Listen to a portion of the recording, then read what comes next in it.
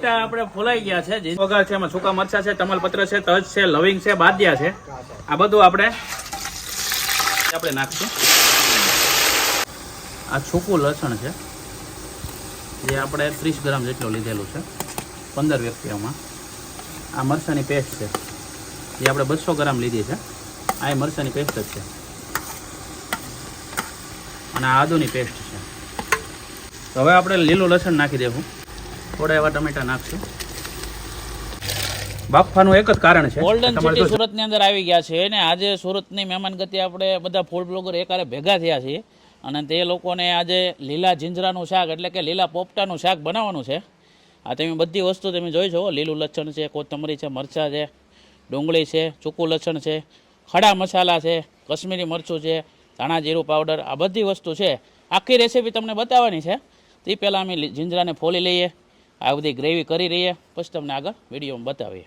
Hello friends, હું છું દીપક ગજ્જર અને મારી ચેનલ ધ ફૂડી સિરીઝમાં તમારું દિલથી સ્વાગત છે. મારી સાથે છે ભાવનગરથી ગોપાલભાઈ યુટ્યુબર છે અને સારા એવા રસોયા છે. અને મારી સાથે બીજા ઘણા બધા મિત્રો છે જે યુટ્યુબર છે, બીજા અંગત મિત્રો છે. અને અત્યારે અમે કહેવાય ને જીંજરાનું શાક, લીલા જીંજરાનું શાક, તો સ્પેશિયલ આખો પ્રોગ્રામ કર્યો, એ બાને બધા મળી શકીએ, આખી રેસીપી જોઈ શકીએ અને આગળ આપણને ગોપાલભાઈ બતાવશે કેવી રીતે એની રેસીપી કઈ વસ્તુ છે, બરાબર ને. અત્યારે આપણે લીલું લસણ છે, ડુંગળી છે, સૂકું લસણ છે, ખડા મસાલા છે, ટમેટા છે, આ બધી આ પેસ્ટ બનાવી નાખશું તૈયાર. અને ત્યારબાદ આપણે લઈને ફોલીને અને આપણે શાક વઘાર મેકશું. 3-4 ગાડી લઈને આવ્યા હતા. એક મેન જે કહેવાય ને અમારું વસ્તુ એ હજી ગાડીમાં જીંજરા જ હજી નથી આવ્યા, એટલે એ આવે પછી રેસીપી શરૂ થવાની છે. હેલો, અત્યારે આપણે લસણ કરી નાખ્યું છે, મરચાં અડધા ક્રશ થાય છે ને અડધા થઈ રહ્યા છે. અહીંયા અત્યારે જો લીલા જીંજરા ફોલાઈ ગયા છે એટલે કે પોપટા ચણા, લીલા ચણા ભાઈ, લીલા ચણા. ધીરે ધીરે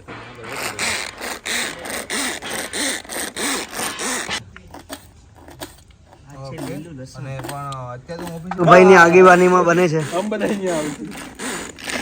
દીપકભાઈ પછી ઘરે બનાવવાનું છે એટલે જ રેસીપી બતાવીએ છે. બધા મિત્રો અત્યારે ફૂલ મહેનત કરે છે, તેના ખોલવાળા તેના ખોલતા જાય, ખાતા જાય. અહીંયા સ્પેશિયલ કહેવાય ને માસ્ટર બ્લાસ્ટર વ્યક્તિ. તમારી બાજુ ઢગલો કેટલો છે? આટલા બધા ફોલ્યા છે દીપકભાઈ. ના ના, આમ બધા અલગ અલગ ના, એ તો બધા ઢગલા દેખાય છે. અડધું પેટમાં ઉઈ ગયું. 5 જણા થઈને એટલા બોલ્યા છે ને 3 જણા જોવો એટલો બતાવો એમ. ઉપર વાળા શાક બનાવવાનું તો અઘરામ અઘરું કામ આવડું આવે એટલે ફોલેલા મળતા હોય તો જીંજરા ફોલેલા લાવજો, ટાઈમ બહુ બચી જાય. અને આ તો અમે કહેવાય ને ભાવનગરથી સ્પેશિયલ ગોપાલભાઈ આવ્યા છે આનું શાક માટે જ. તે પણ કામ આવ્યા હતા બીજા કામ માટે, એટલે અમે બિહાર દીધા અત્યારે આના રેસીપી બનાવવા માટે. તો મેહુલ, હજી રેસીપી બનતા મને એમ લાગે ઘણી વાર લાગશે. તેના ફોલવાની રેસીપી આપણે બતાવીએ થાય એવું લાગે છે.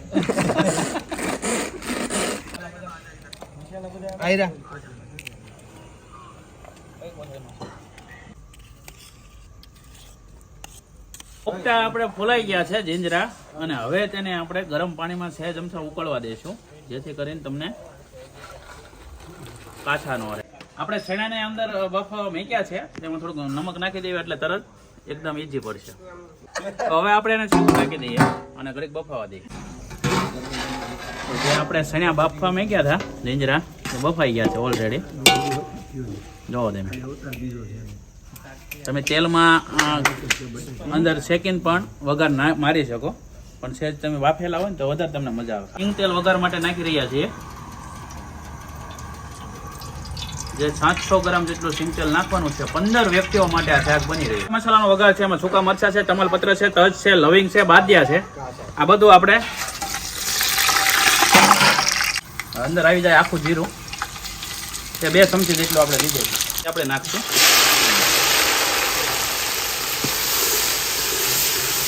બે ચમચી જેટલું જરૂરિયાત મુજબ મીઠું નાખી દેવી એટલે ડુંગળી હબ ગ્રેવી પાકે.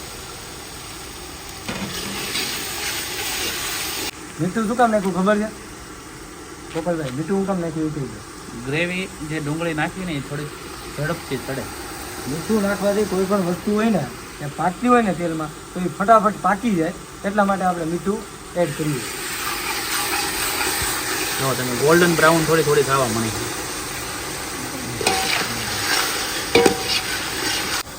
આ સૂકું લસણ છે જે આપણે 30 ગ્રામ જેટલું લીધેલું છે 15 વ્યક્તિઓમાં. આ મરચાંની પેસ્ટ છે જે આપણે 200 ગ્રામ લીધી છે. આ એ મરચાંની પેસ્ટ જ છે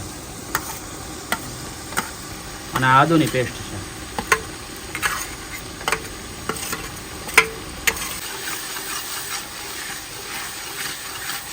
તો હવે આપણે લીલું લસણ નાખી દેવું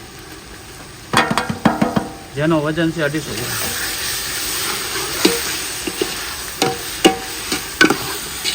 તો અત્યારે હિંગ આપણે છેલ્લે રાખી છે જેથી તમને સુગંધ.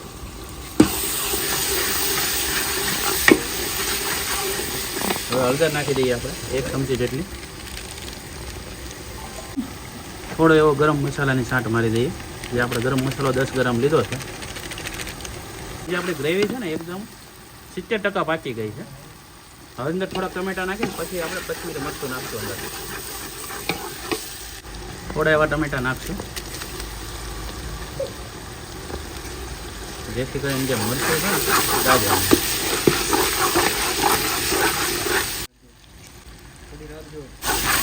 આપણે કશ્મીરી મરચું નાખી દીધું તમે જોઈ શકો છો એકદમ કશ્મીરી મરચાં એકદમ લાઇટ કલર આવી ગયો. હવે જે વધારાની ટમેટાની ગ્રેવી છે તે પણ આપણે નાખી દઈએ. આમાં આપણે 800 ગ્રામ ટમેટાની ગ્રેવી લીધી છે. અને હવે આપણે છે ને જીંજરા જે તો આપણે જે બાફેલા જીંજરા છે ને તે નાખી દઈએ. બાફવાનું એક જ કારણ છે કે તમારે જો ઝડપથી બનાવવું હોય ને તો બાફી નાખવાના, નકર તમે બાફા વગર પણ તમે લીલા નાખી શકો. હવે આમાં થોડુંક પાણી નાખશું અને પછી ઘડીક ચડવા દઈશું. પહેલાં આપણે ધાણા જીરું નાખી દઈએ. આરોર આપણે 2 ગ્લાસ જેટલું પાણી પણ એડ કરી દઈશું અંદર.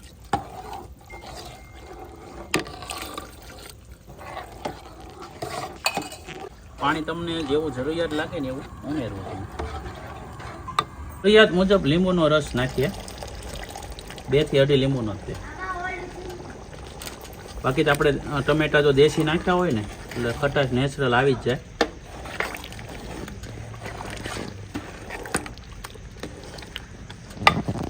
હવે ઘડીક છડવા દઈએ એટલે કે આપણું શાક કમ્પ્લીટ. તો દેશી કોથમરી આવી ગઈ છે ને આપણે નાખી દેવી. આપણું શાક કમ્પ્લીટ થઈ ગયું છે અને હવે આપણે ઉતારી લઈએ શાકને નીચે.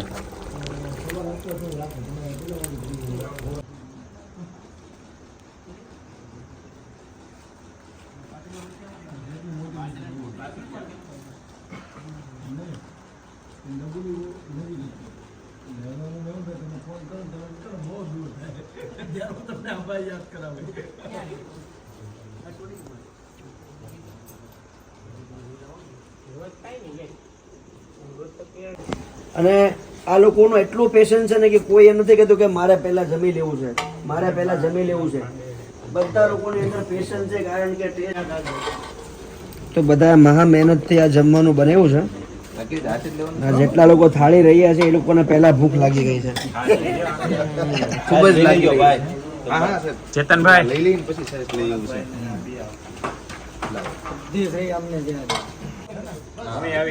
મિત્ર હોય તો આવા જો મારી આખી પ્લેટ બનાવી નાખી. નોર્મલી મિત્ર મંડળ ભેગું થાય ને તો પોતાની પ્લેટ બનાવે અને સાચો મિત્ર હોય મિત્રની પ્લેટ બનાવે. ઓલા ભાઈ દીપકભાઈ મારું શૂટિંગ લઈ રહ્યા છે અને બધા કરતા આ 2 મિત્રો છે ને એટલા બધા ઉદાર માણસો છે કે મારા માટેની આખી પ્લેટ છે. અને લાઈનમાં મેં ઉભો રહ્યો, ચેતનભાઈ ડીશ બનાવે છે. હવે આનાથી વધારે મિત્રો કોણ કહેવાય યાર, હેલ્પ કરીએ કહેવાય. અને આખી ડીશ જાય હવે જાઓ લઈ લો. અરે ગોપાલભાઈ એમ થોડું હાલશે. આ ખાટલો લાવી દે તમને. ખાટલો નથી જતો. ખુરશી લઈ લો, વાંધો નહીં, વચ્ચે બેસી જાઓ. તો બધા મિત્રો સરસ મજાની મહેનત કરી અને લગભગ 2-3 કલાક જેવું લાગ્યો છે ટાઈમ.